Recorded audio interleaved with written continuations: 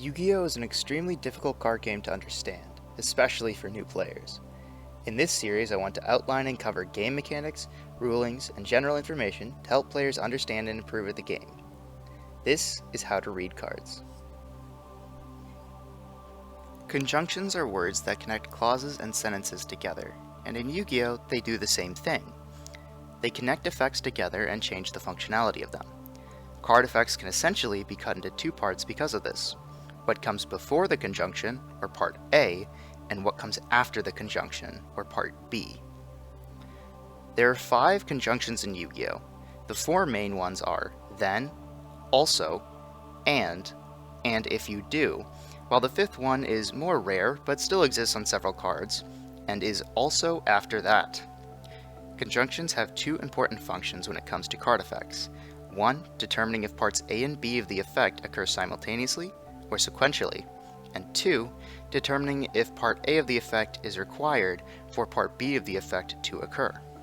If effects occur sequentially, that means that they occur in order, i.e. A happens before B. If they occur simultaneously, then A and B occur at the same time. Of our 5 conjunctions, and, also, and if you do, are all simultaneous conjunctions, while then, and also after that, are non-simultaneous conjunctions. An example of a simultaneous conjunction is Blackwing Zephyros the Elite, which says, if this card is in your graveyard, you can return one face-up card you control to the hand, special summon this card, and if you do, take 400 damage. This means that the special summon and the infliction of damage both occur at the same time. Whereas Bryonic Dragon of the Ice Barrier says, you can discard any number of cards to the graveyard, then target the same number of cards your opponent controls, return those cards to the hand.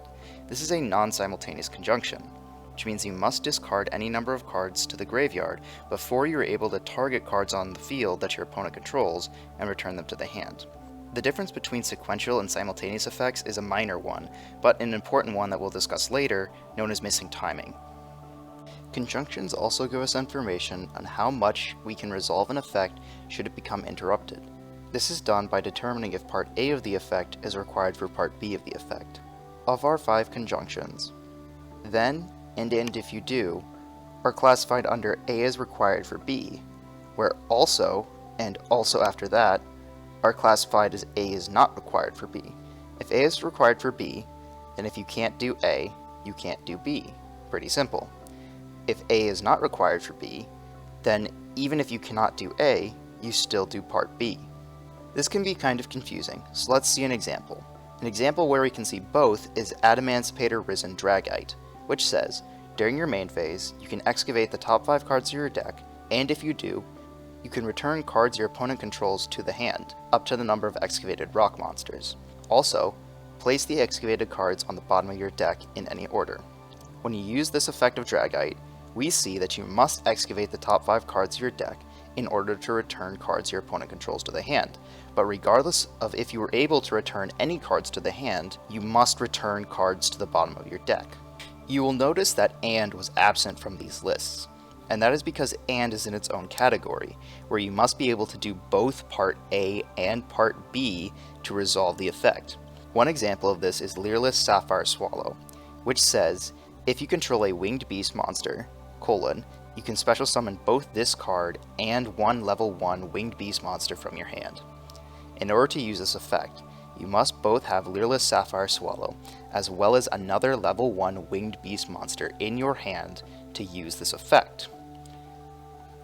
One last thing to keep in mind is that part B is never required to do part A, so if you can't do part B of an effect, you will still resolve part A.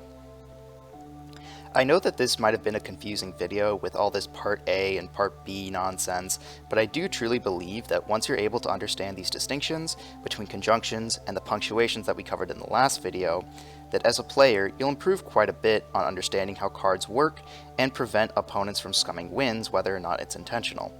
As judges, I believe you'd be able to answer about 60% of all judge calls, which are often just simply, how can I use this card, how does this card resolve, can I use this card effect now? That'll do it for this video. If you liked it and would like to see more in the future, be sure to give it a thumbs up so I know to keep making them. If you have an idea for future videos, Be sure to leave a comment down below. Otherwise, have a wonderful day.